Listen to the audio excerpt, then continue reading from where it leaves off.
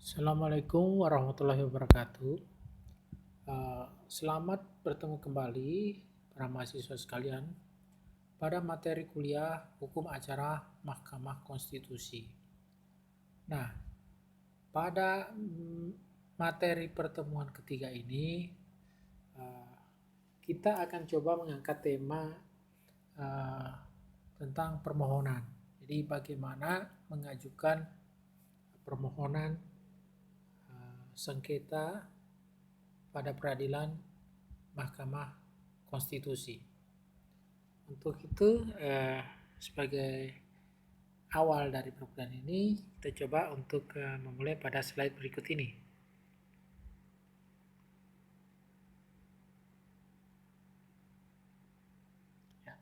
Ya, permohonan ya. Nah, sini Mahkamah Konstitusi atau MK menjalankan wewenang berdasarkan permohonan.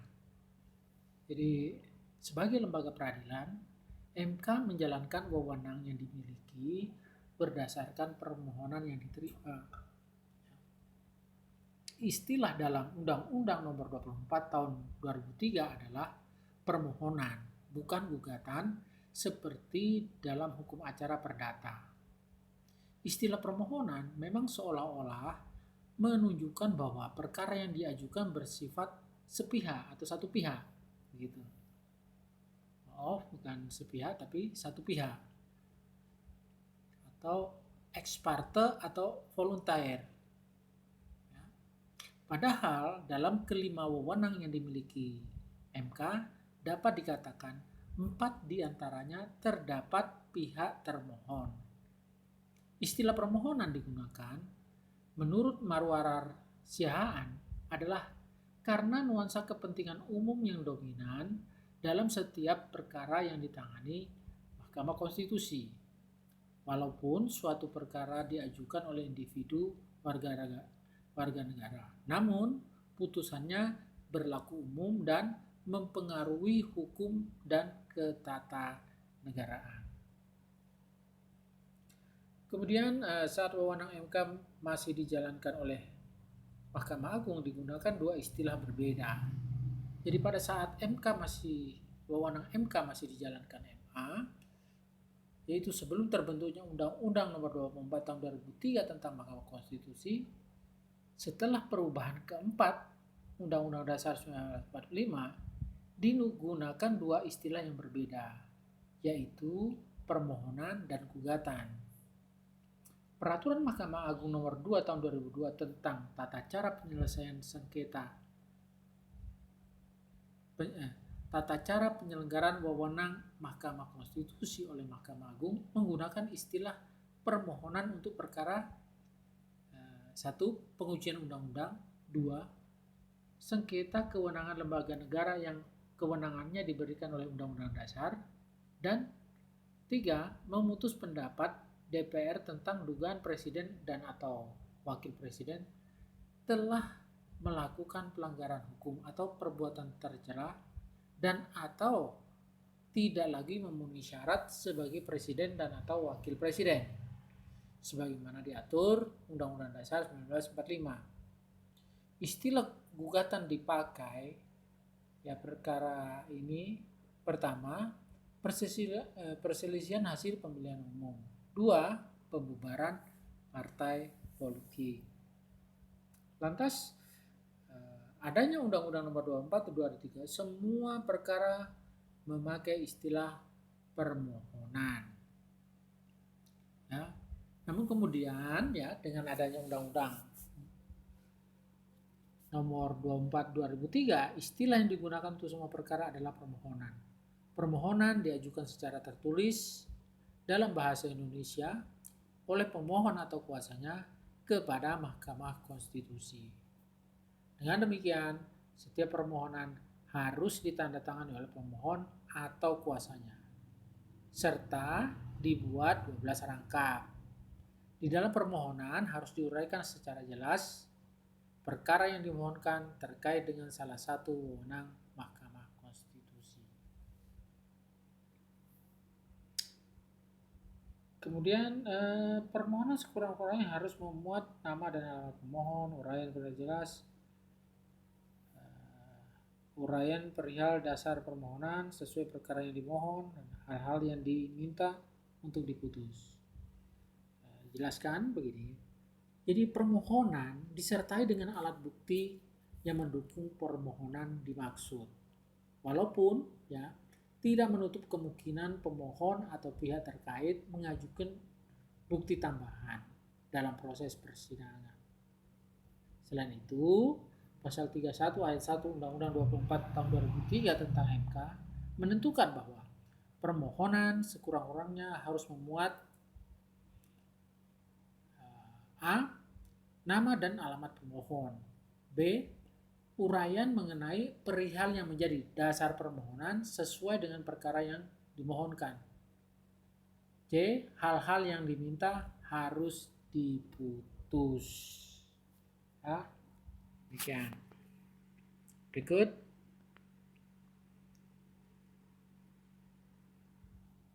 Pendaftaran permohonan. Permohonan diajukan kepada MK diterima oleh petugas penerima permohonan untuk disampaikan kepada panitera MK yang akan melakukan pemeriksaan kelengkapan permohonan. Selain berkas permohonan perkara yang hard copy, dalam praktik permohonan juga diminta untuk menyerahkan, pemohon juga diminta untuk menyerahkan permohonan dalam bentuk soft copy atau file. Pemeriksaan oleh panitera ini bersifat kelengkapan administrasi, bukan terhadap substansi permohonan. Pemeriksaan administrasi ini misalnya meliputi jumlah rangkap permohonan, surat kuasa, kejelasan identitas, serta daftar alat bukti sebagaimana pasal 31 ayat 1 dan ayat 2 Undang-Undang Nomor 24 tahun 2003. Kemudian permohonan yang dinyatakan belum lengkap belum dapat dicatat dalam buku registrasi perkara konstitusi atau BRPK, ya, buku registrasi perkara konstitusi. Jadi pemohon wajib melengkapi dalam jangka waktu paling lambat 7 hari kerja sejak memberikan kekurang lengkapan tersebut diterima pemohon. Hanya permohonan yang telah dinyatakan lengkap yang dicatat dalam BRPK, yang semua antara lain catatan tentang kelengkapan administrasi dengan pencantuman nomor perkara, tanggal penerimaan berkas, permohonan nama pemohon, berkas permohonan, nama pemohon dan pokok perkara.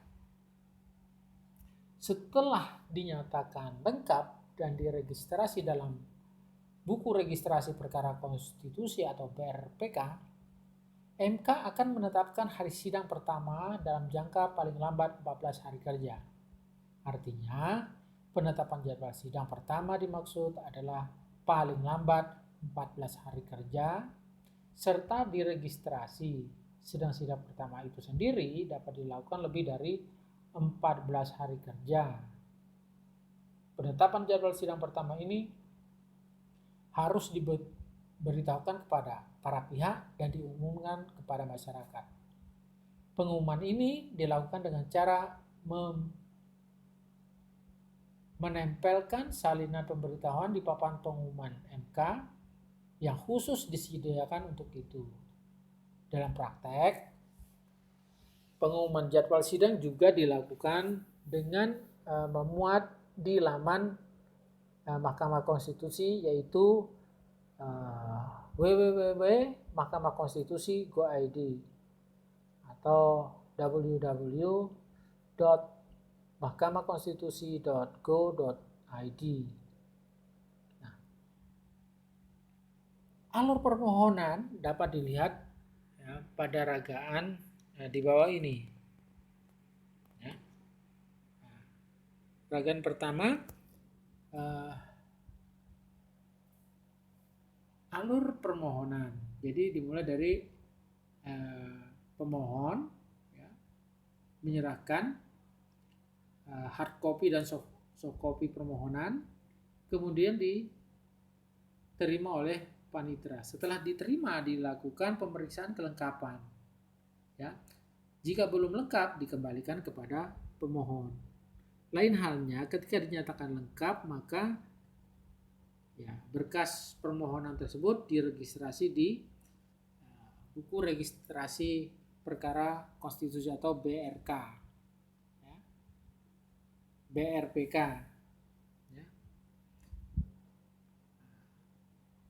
Jadi buku registrasi perkara konstitusi, BRPK.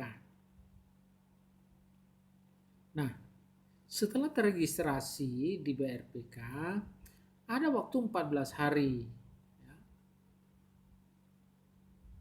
untuk menetapkan jadwal sidang pertama oleh majelis begitu. Setiap permohonan yang diajukan ke MK dapat ditarik kembali. Jadi setiap permohonan diajukan ke MK dapat ditarik kembali, baik sebelum maupun selama sidang pemeriksaan oleh MK. Pada saat suatu permohonan ditarik kembali, pemohon dimaksud tidak dapat mengajukan kembali permohonan dimaksud kecuali dengan alasan konstitusional yang berbeda. Jadi sampai secara fisik kantor MK, pemohon juga dapat dilakukan secara offline.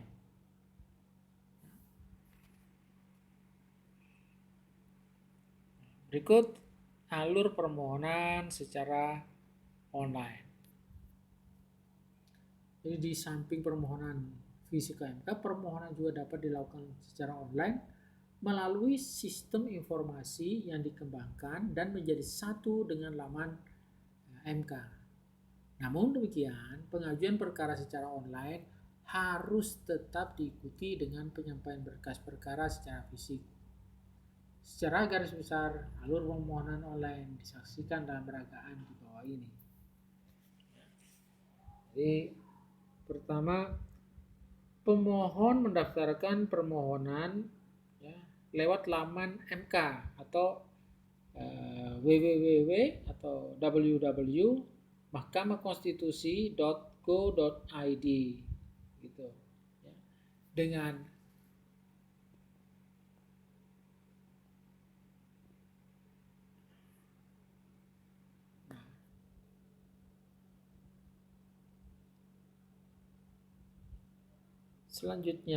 langkah selanjutnya dilakukan dalam alur permohonan lain itu bukti pendaftaran permohonan sebagaimana poin 1 merupakan lembar persyaratan pengajuan permohonan di MKRI. Pemohon mendaftarkan permohonan yang salah satu terdaftar melalui website MKRI. Wajib ditindaklanjuti pemohon selambat-lambatnya 3 hari setelah dimuat dalam website Mahkamah Konstitusi. Kemudian tindak lanjut pemohon berebut tersebut yaitu dengan memenuhi persyaratan sebagaimana ditentukan pasal 29, pasal 31 Undang-Undang 24 tahun 2003 tentang Mahkamah Konstitusi.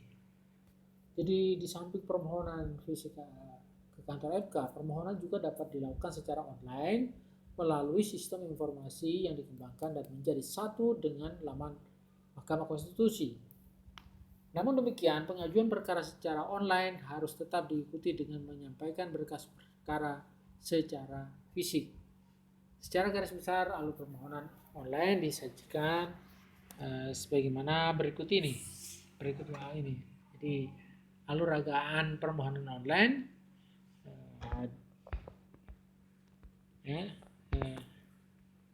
diawali dengan permohonan.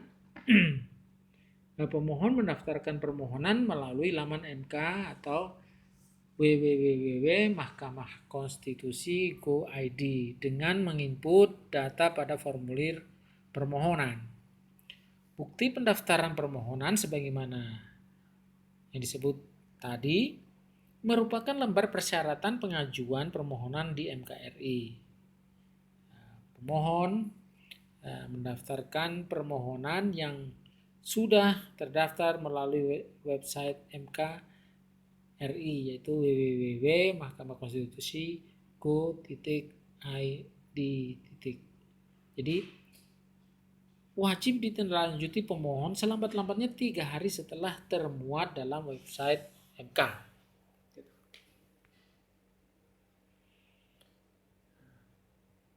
Tindak lanjut oleh pemohon tersebut yaitu dengan memenuhi persyaratan sebagaimana ditentukan pasal 29, pasal 21 Undang-Undang Nomor 24 tahun 2003 tentang Mahkamah Konstitusi.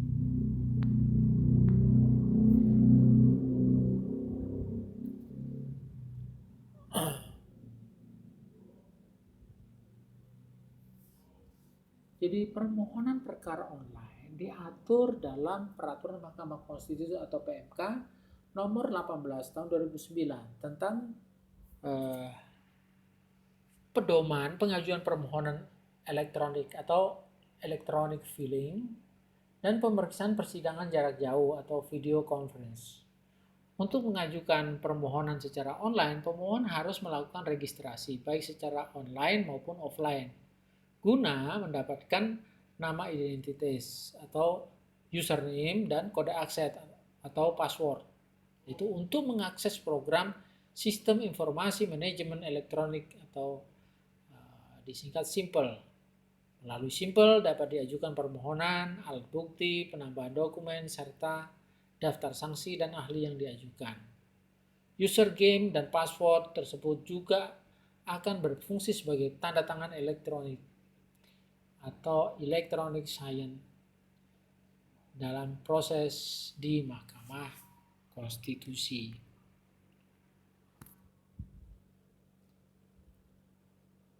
Jadi, permohonan dianggap diterima apabila permohonan dimaksud sudah masuk jaringan komputer kepaniteraan MK. Apabila permohonan dimaksud telah masuk, kepaniteraan MK menyampaikan konfirmasi kepada pemohon dan atau kuasanya dalam waktu 1 hari setelah dokumen permohonan masuk dalam SIMPL. Permohonan atau kuasanya harus menjawab konfirmasi itu secara tertulis kepada kepaniteraan MK dalam waktu selambat-lambatnya 3 hari sejak permintaan konfirmasi disampaikan oleh kepaniteraan MK. Nah, jawaban atas informasi tersebut disertai dengan pernyataan 12 rangkap dokumen asli atau hard copy permohonan. Ya. Jadi proses pemeriksaan kelengkapan permohonan dan pemberitahuan dilakukan melalui email.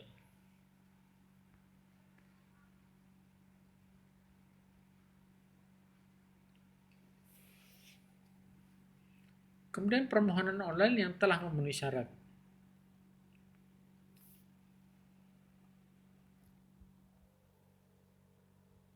Permohonan online yang telah memenuhi syarat didokumentasikan dan disimpan oleh panitera disertai dengan penomoran perkara, ya.